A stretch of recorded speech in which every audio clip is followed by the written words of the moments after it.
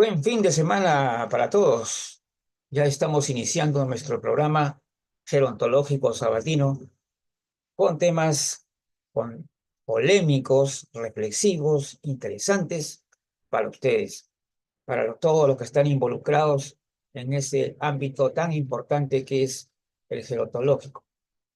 Por eso es que vamos a empezar con uno de los primeros. Ajá, aquí tenemos ya, vamos a compartir pantalla.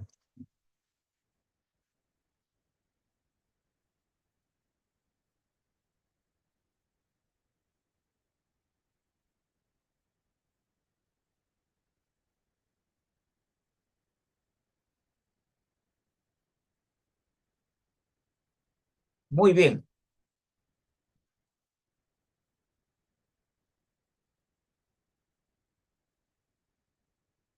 Vamos a hablar del día de hoy, vamos a comentar un poco de lo que es un gerontólogo disruptivo, que de alguna manera podemos decir que también es polémico y reflexivo. Bueno, empecemos entonces entendiendo qué significa disruptivo. La palabra disruptivo es un adjetivo que describe algo que provoca, un ratito que voy a espérense un ratito. Oh, vamos a activar esta actividad, inteligencia artificial.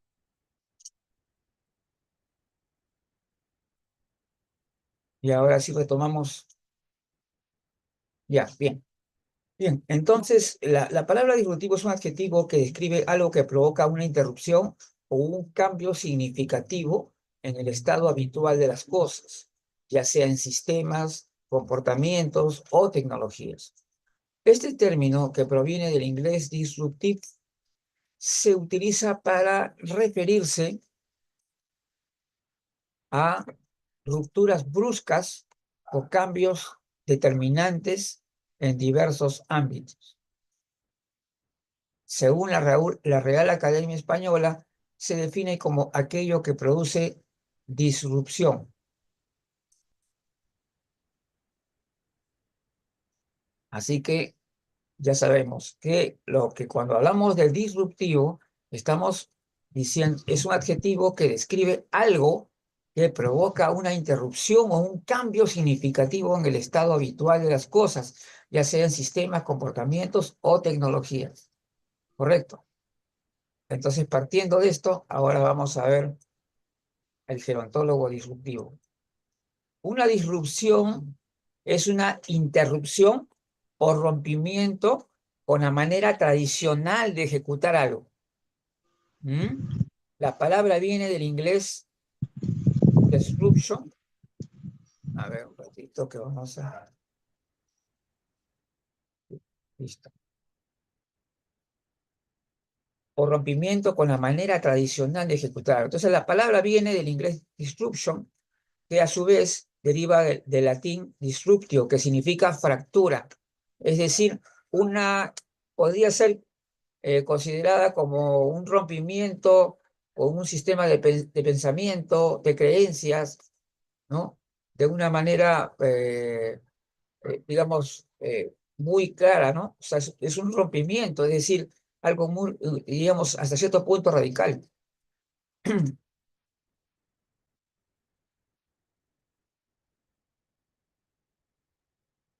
De acuerdo a lo anterior, entonces se da una disrupción en la gerontología y por tanto se puede hablar hoy día de gerontólogos disruptivos que terminan con una tradición, propician un cambio notable de los modelos, o sea, de los paradigmas, los conceptos y las formas de comunicar, y se nos presentan a los ojos de muchos como polémicos o reflexivos. Plantean esencialmente reconceptualización, es decir, la renovación de los conceptos, que originan también un nuevo discurso, una estructura de pensamiento que marcan un antes y un después, una ruptura y por tanto nuevas actitudes. La disrupción puede aparecer de pronto, no puede ser que de repente algunos contenidos puedan tener un efecto inmediato, ¿no? Marcan un antes y un después. Sin embargo, muchos de lo que se llaman disruptivos no lo son. Hay por ahí también gente que dice, somos gerontólogos disruptivos, pero en realidad solo agregan matices e incluso pueden implicar ciertamente retrocesos. Nosotros ya tenemos claro entonces qué significa el efecto disruptivo, el gerontólogo disruptivo que rompe con una tradición o de repente con un paradigma e incluso que plantea reconceptualizaciones, ¿no? Un gerontólogo disruptivo real es aquel que rompe con determinadas líneas de pensamiento. Eso está claro. Es aquel que nos plantea necesidad de cambios reales en el desarrollo de la gerontología, ¿no? Esto es el punto más importante. Nos presenta la necesidad de nuevos paradigmas y por su postura firme es visto como polémico. Sin embargo, hoy la gerontología necesita revisar seriamente las teorías en que se apoya y plantearse nuevas interrogantes. Entonces, la disrupción puede implicar la actualización necesaria, derrotar esa obsolencia, ¿no? Eso que ya está obsoleto. Muchos profesionales se niegan al cambio también, ¿no? Se busca a veces el acomodo y esto genera lo que yo diría deshonestidad intelectual y teorías del acomodo buscan desesperadamente lo que ven como suelo firme, es decir, no son amigos de cambios, ¿no? Ellos están en contra de los cambios, aunque no lo admitan, eh, tratan en lo posible de mantener las cosas como están. No es disrupción el cambiar el nombre de hechos que configuran una nueva realidad. Hoy existen paralelismos ideológicos. ¿Qué son los paralelismos ideológicos? Los paralelismos ideológicos es, por ejemplo, que un profesional presenta un sistema de ideas, ¿no? Eh, y otra persona al mismo tiempo presenta un sistema de ideas y ambos coinciden. Y no es que uno se copió del otro, no, simplemente coinciden. Estas coincidencias que se dan desde perspectivas o de lugares diferentes es simplemente porque están reflejando la realidad del momento, la realidad social, ¿no es cierto? Entonces, en ese caso, muchas personas van a pensar similar a otro, aunque su discurso sea diferente. Incluso los términos que tienen no son exactamente los mismos, pero cuando uno analiza, se da cuenta que en realidad hay un paralelismo, es decir, sí, tienen una total coincidencia, que interpretan la realidad de la misma forma, pero con nombres diferentes. ¿Ah? Así, aunque el marketing señale a un personaje como el gran intérprete de una nueva realidad, aunque marketear bien lo que ves te señala como el líder, a pesar de que los mensajes estaban ahí escritos por otras personas menos conocidas. ¿Cómo explico esto? Por ejemplo, yo tengo una visión centrada en el desarrollo de las personas mayores, en su crecimiento por cualitativo, ¿no?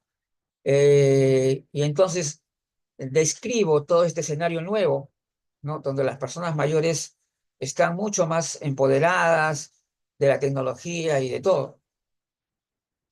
Pero yo empleo de repente algunas palabras, algunos términos eh, que me sirven a mí como una forma de llamar la atención, ¿no? como por ejemplo el tema de la que le llaman nueva longevidad, ¿no? Que después vamos a ver también. Entonces, esto genera pues que mucha gente se vea atraída por un tema, por algunas frases, ¿no? O palabras claves, ¿no? Por decirlo así, como lo utiliza pues el marketing, ¿no?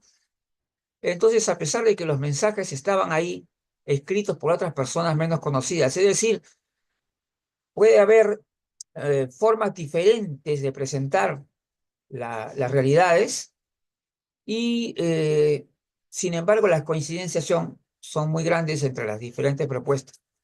Entonces, podemos decir que hay un cierto paralelismo, ¿no? En las ideas.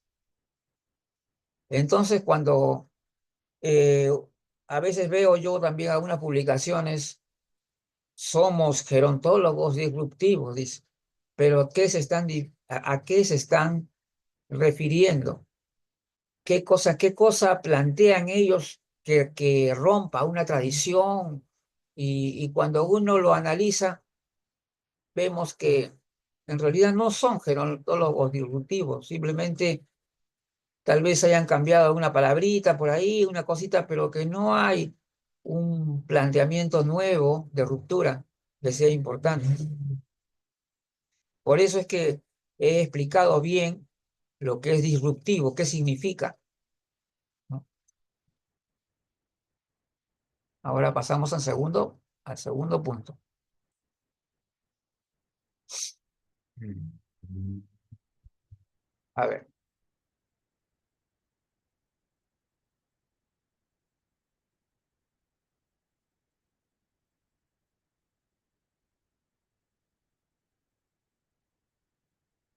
primero empecemos con lo más básico, lo más importante aquí.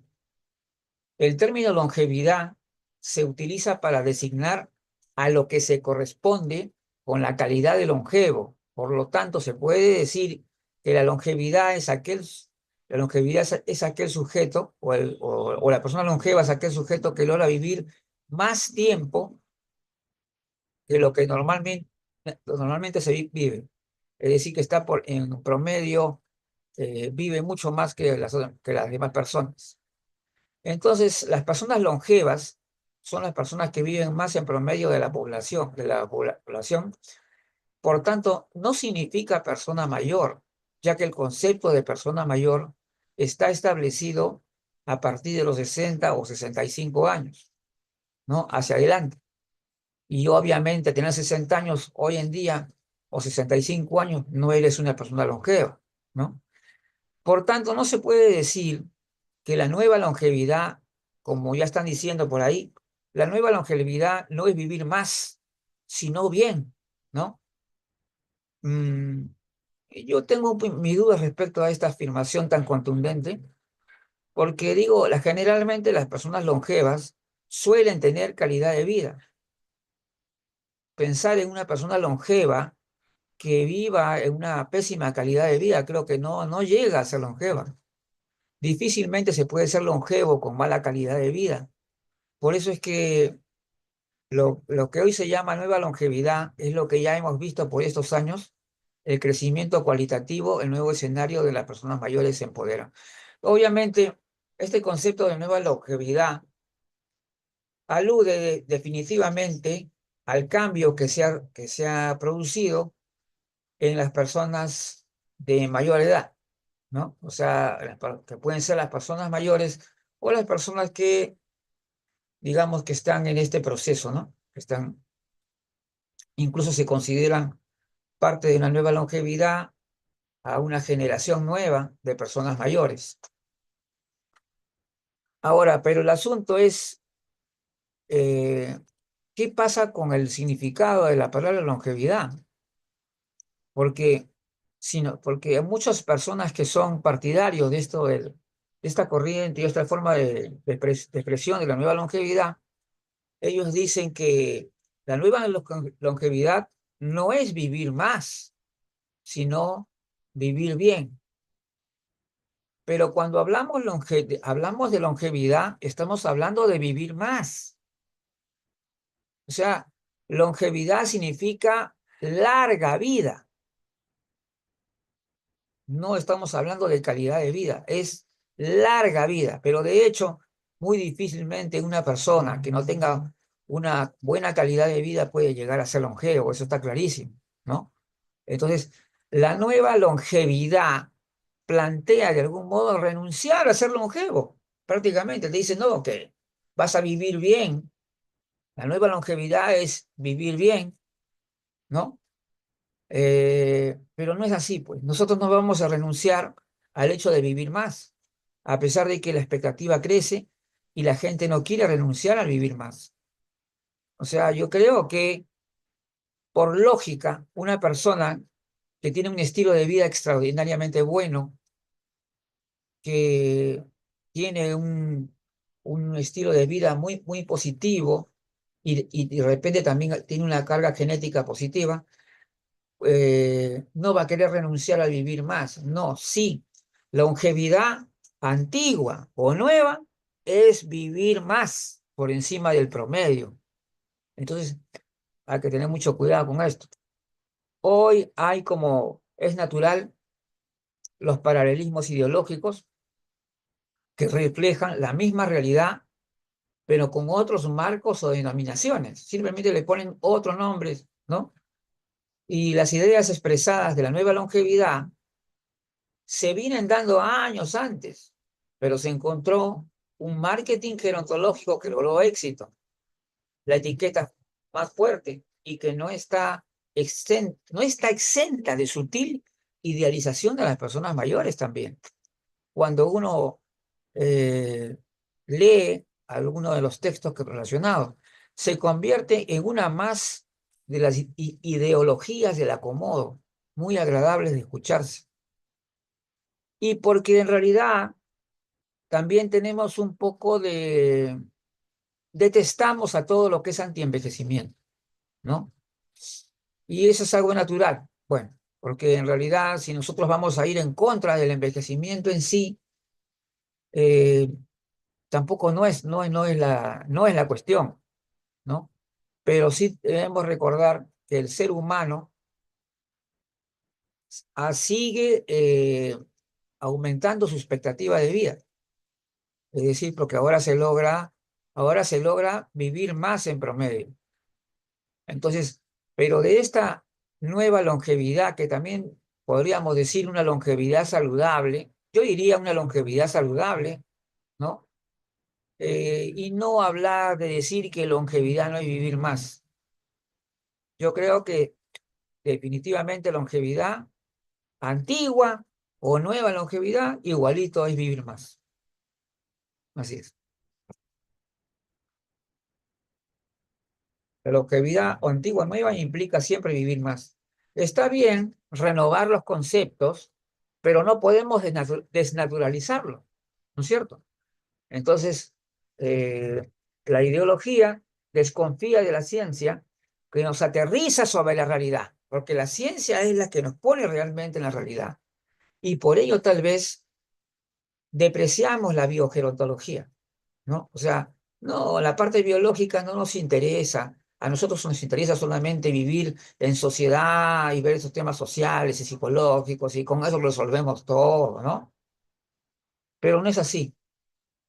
Justamente nosotros muchas veces nos comportamos como si nosotros fuéramos unos seres etéreos, no sé, que no somos de carne y hueso. No, nuestra vida, todo lo que tiene que ver con el envejecimiento y con todo, ha empezado por una raíz biológica.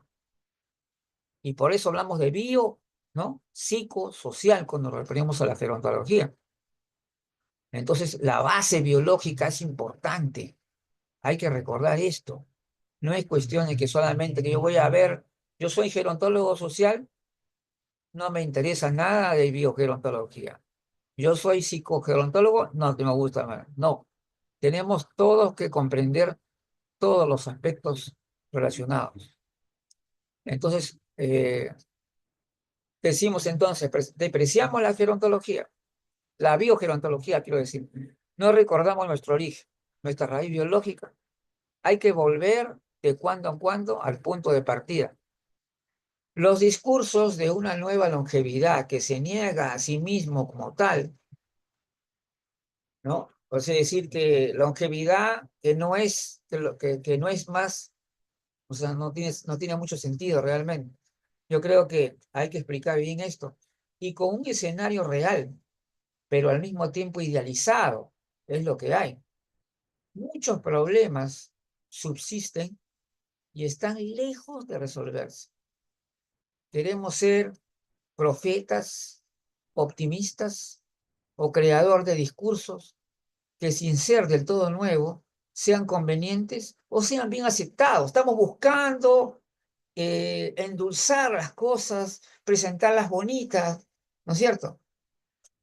Y cuando sabemos que todo lo que hay en la realidad y todo lo que es la evidencia, las evidencias científicas no necesariamente son buenas o son malas, simplemente son realidades o evidencia científica que no tiene nada que ver. Entonces, yo pienso que tenemos que pensar de esa manera. O sea, no se trata de engañar acá, decir la verdad es lo más importante. Vamos a la tercera parte,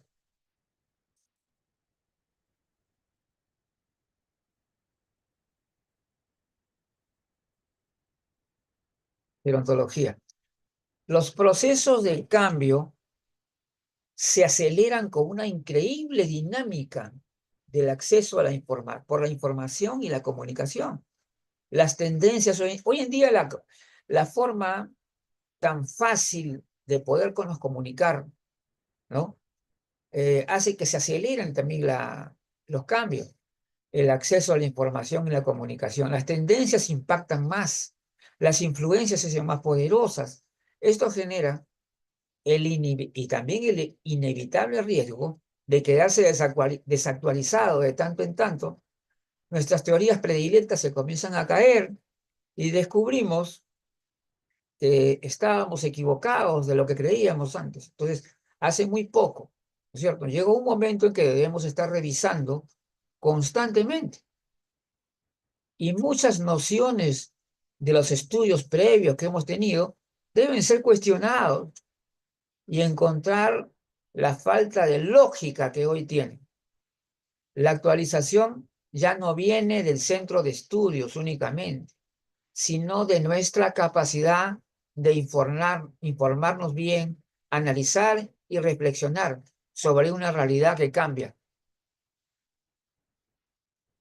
Hay muchos temas gerontológicos que son totalmente discutibles. Hay falta de consenso en temas fundamentales, como por ejemplo el proceso de envejecimiento, que genera múltiples definiciones y teorías, algunas de ellas muy débiles en algunos aspectos. La tendencia es minimizar el aspecto biológico, lo que conlleva la idealización o considerar solo los aspectos médicos o terapéuticos del virus. Eso es lo que ocurre. Y entonces las nuevas tendencias deberían establecer la plena importancia de los diferentes aspectos del proceso de envejecimiento. Todo gerontólogo o gerontóloga debe considerar la raíz biológica, al igual que los aspectos sociales, psicológicos o espirituales. No, no es, eh, es absurdo, ¿no es cierto?, que nosotros solamente somos psicosociales. ¿Qué pasó? Somos unos seres que no somos de carne y hueso, no somos primates, no somos criaturas de la naturaleza. Ya que nosotros como seres humanos compartimos todo con los animales. Nosotros somos seres de la naturaleza, seres desarrollados, muy inteligentes, que han desarrollado espiritualidad y sus creencias religiosas, todo lo que tú quieras, pero somos carne y hueso, tenemos una raíz biológica. ¿Qué cosa puede haber si no existe el cuerpo? ¿No? Eso hay que pensarlo. La actitud del gerontólogo o gerontóloga implica también un sano escepticismo, es decir, no creer las cosas con mucha facilidad. Siempre decir, a ver, vamos a revisar, ¿no? Entonces, un sano escepticismo es bueno. Demasiado escepticismo tampoco, pero sí, siempre tiene que haber un poquito de escepticismo. Es decir, no es cuestión de que me contaron esto y yo ya lo creí. No, una capacidad de analizar y reflexionar, una tendencia de replantearse las cosas ante las dudas, revisar. Entonces es momento de que caigan esas frases comunes que ya no aportan, ¿no? Establecer una secuencia lógica de pensamiento. Tenemos que ser suspicaces de esas frases muy bonitas que aparecen muchas veces ahí, ¿no? Frases edulcoradas, diría yo.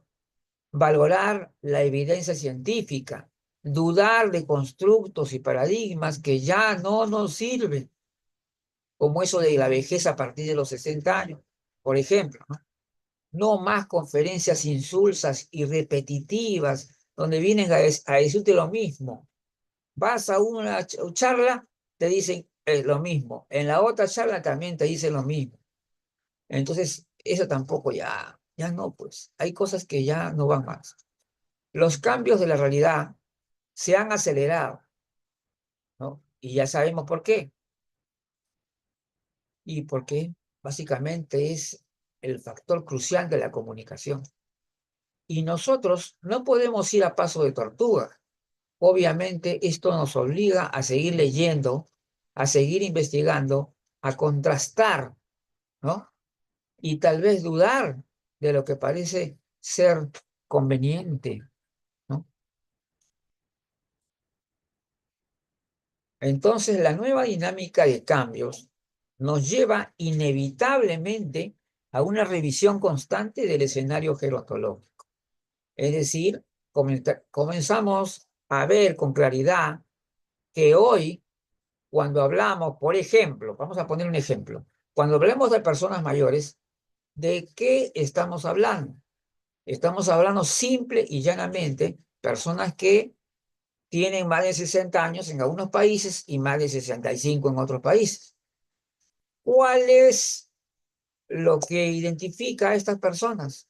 Solamente su edad cronológica. Solamente la edad cronológica. ¿Por qué? Porque en todo las demás cosas son diferentes. Ahora, que cuando estaba muy avanzada la edad, el sistema inmunológico en las personas decae, sí, claro que sí, pero también podemos hacer cosas, ¿no? Positivas para evitar enfermarnos, ¿no es cierto? Claro. Es decir, es cierto que en un determinado momento nosotros vamos a llegar a la vejez, ¿no es cierto? En algún momento vamos a llegar a la vejez, pero no a la edad exacta de los 60 años. Cada quien llegará a su momento y a su tiempo. Entonces, esto hay que entenderlo. Y estas cuestiones que se relacionan con políticas públicas, eh, a veces pueden ser útiles, pero al mismo tiempo también engañosas, porque nos dan una visión de la realidad que no lo es. O sea, la heterogeneidad dentro del grupo de personas mayores es tan grande que realmente es muy difícil establecer eso de la etapa de la vida, de la vejez y cosas así. Ahora, eh, hay que replantearse estas tendencias que son puramente protectoras, por ejemplo. Los estados, ¿cómo trabajan? Dicen, primeramente te dicen que vamos a ayudar a las personas vulnerables. Entonces asumen un papel protector, un rol paternalista, ¿no? Vamos a ayudar a esas personas, ¿no? De repente algunas personas ellos son tan fuertes que los pueden ayudar a algunos señores de estos. Entonces, eh, esas tendencias puramente protectoras para fortalecer el desarrollo promotor sobre nuevas bases, eso es lo que necesitamos.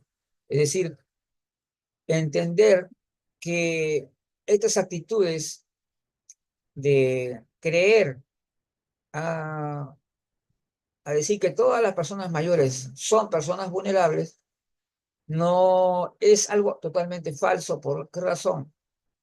O sea, es un decir totalmente equivocado. ¿Por qué razón? Porque primeramente, todas las personas en general, nadie es invulnerable. Todos estamos en la posibilidad de enfermarnos, de tener un accidente o ser muy pobres y cosas por... Entonces, hay diferentes tipos de vulnerabilidad, ¿no es cierto? Social, de salud, muchas cosas. Pero la vulnerabilidad no es inherente al hecho de cumplir una determinada edad. Lo de población vulnerable, para mí es un concepto edadista, definitivamente. Yo creo que, si bien es cierto, cuando uno tiene más de 60 años o incluso más adelante, eh, va a haber pérdidas, productos del envejecimiento, sí, va a haber, pero eso no quiere decir que la persona va a perder su autonomía, va a perder su autovalencia, ¿no? Entonces, está claro que hay personas mayores que no la podríamos poner en una posición de ser persona vulnerable. ¿Por qué? Porque está plenamente funcional, no ha tenido pérdida de capacidad intrínseca, entonces es una persona que no la podemos considerar como una persona especialmente vulnerable, como lo que yo debo entender cuando se refieren a las personas mayores como personas vulnerables. Necesitamos auténticas políticas promotoras y preventivas, ¿ya? La prevención y la educación son factores fundamentales.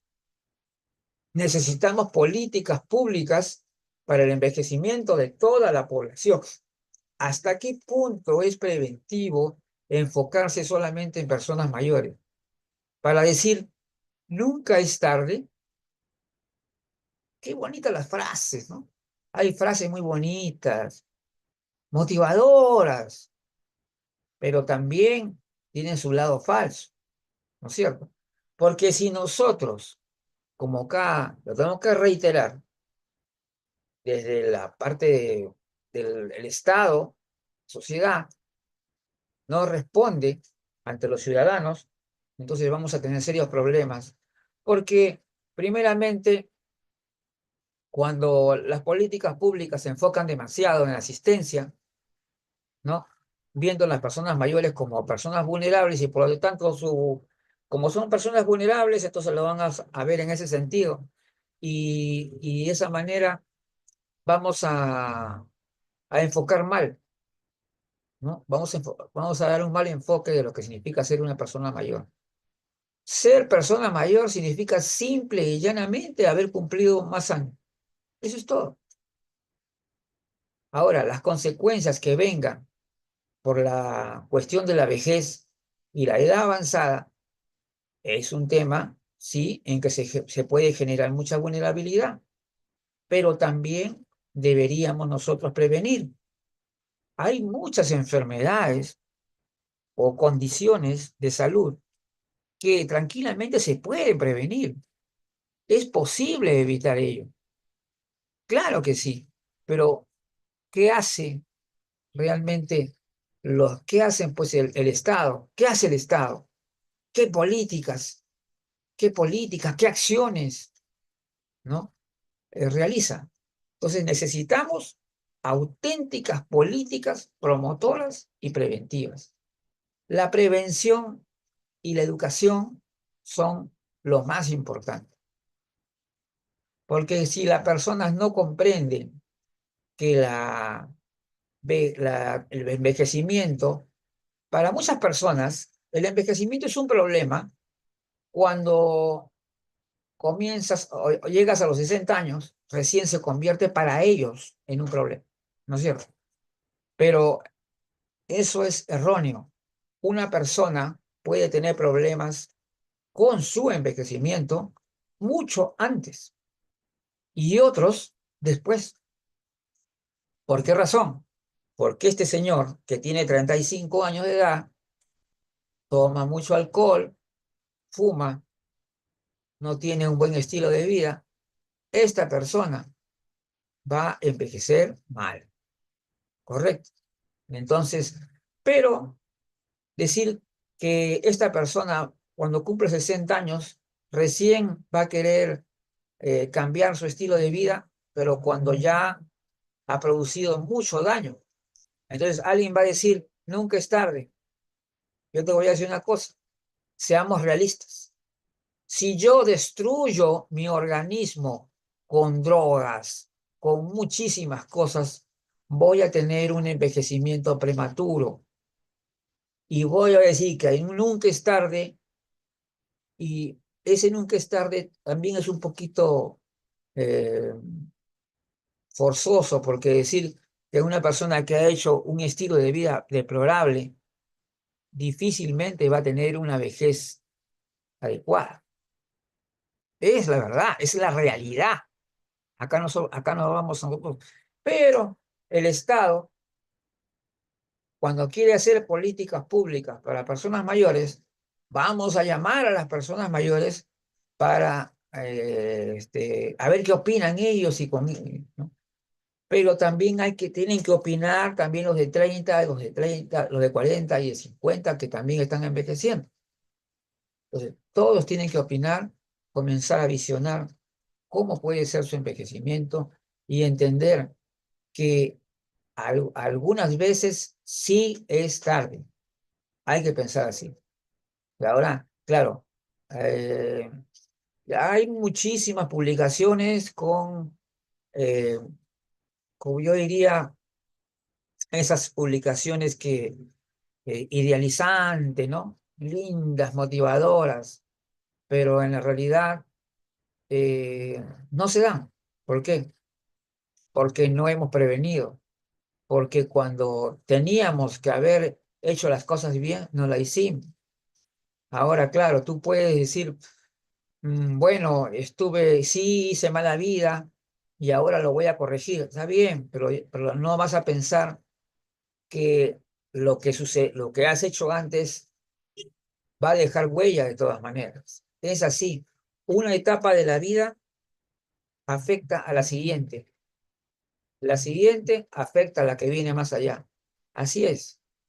¿Ves? Por eso, una persona que siempre ha sido dinámico, que camina rápido, que salta, que baila y todo lo demás, probablemente esa persona que es así y que no fuma, ¿no? Ni tampoco es alcohólico, nada de eso, probablemente va a llegar a tener más de 60 años y va a poder seguir haciendo lo que hacía antes. Sí, de hecho, hay muchas personas que siguen haciendo lo mismo que hacían cuando estaban jóvenes. Y la razón está justamente en que ese envejecimiento saludable que ha estado presente en él siempre, esas sanas costumbres que siempre tuvo a lo largo de su vida. Entonces, hay momentos en que ya los términos idealizantes ya no tienen ningún sentido y debemos comenzar ya a pensar con más seriedad. Entonces, a esas personas que trabajan en los ministerios y que, bueno, consiguen unas leyes muy buenas. Claro, las leyes, qué buenas las leyes, ay, qué lindas las leyes. Caramba, mira, acá nos protegen todos, sí, qué lindo. Pero cuando la ley no es conocida, la ley no la conoce la gente, ni siquiera se promueve adecuadamente, no se hace difusión ni nada de eso. Entonces, ¿de qué va a servir esa ley? Nada, es una ley muerta. Entonces, por eso, por eso, vamos a decir una cosa. ¿Cómo trabaja? ¿Cuál es el problema que tenemos ahorita? ¿No? Por ejemplo, no se enseña a los niños en las escuelas nada sobre el envejecimiento.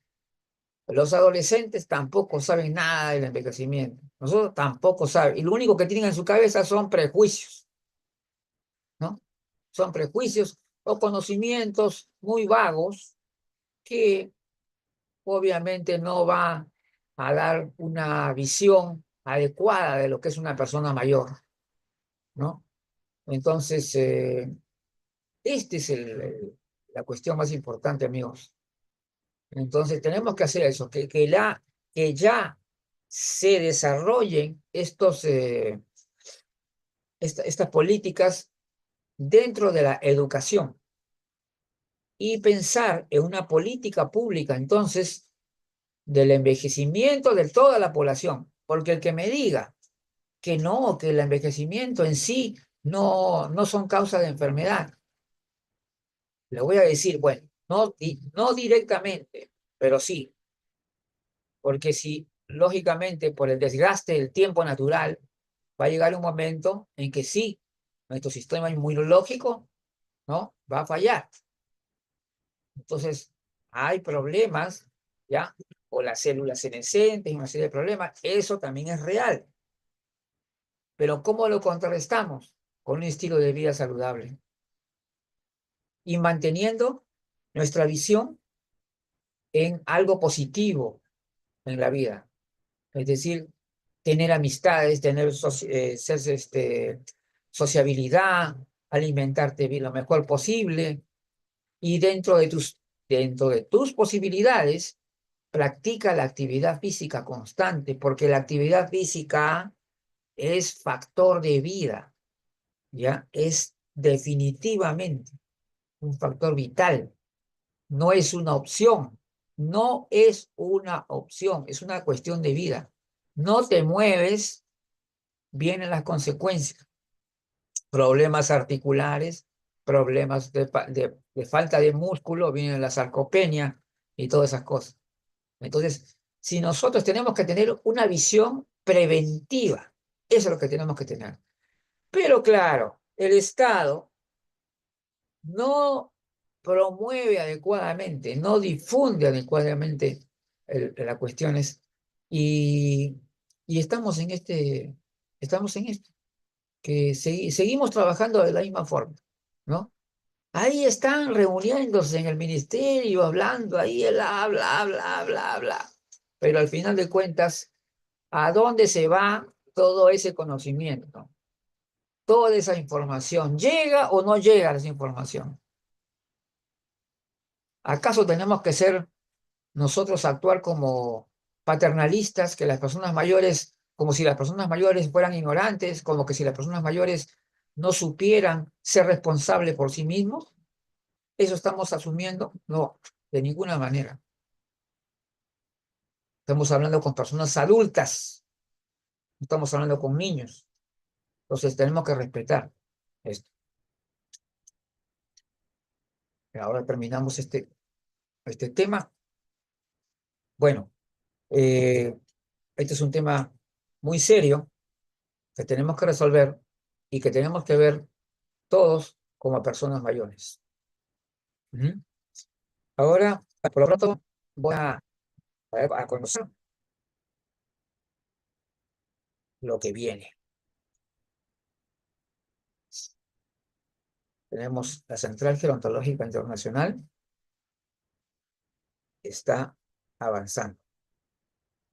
Bien, el día jueves 13 de marzo, la enfermera licenciada en Enfermería Gerontológica de Uruguay, Verónica Banega, desarrollará el tema Cuidados sin sujeciones en personas mayores dependientes.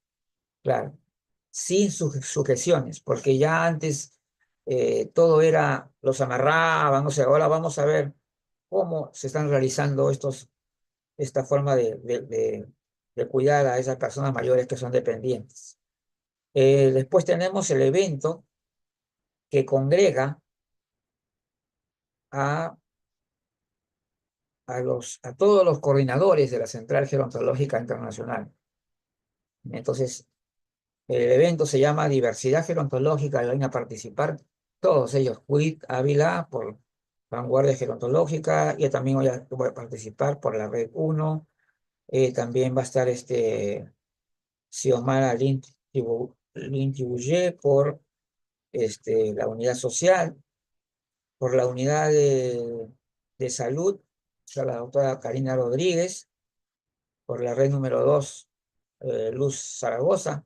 Así que vamos a tener temas, pero muy importantes ese día, en ese evento llamado Evento de Diversidad Gerontológica, y que reúne a todos los coordinadores de la Central Gerontológica Internacional.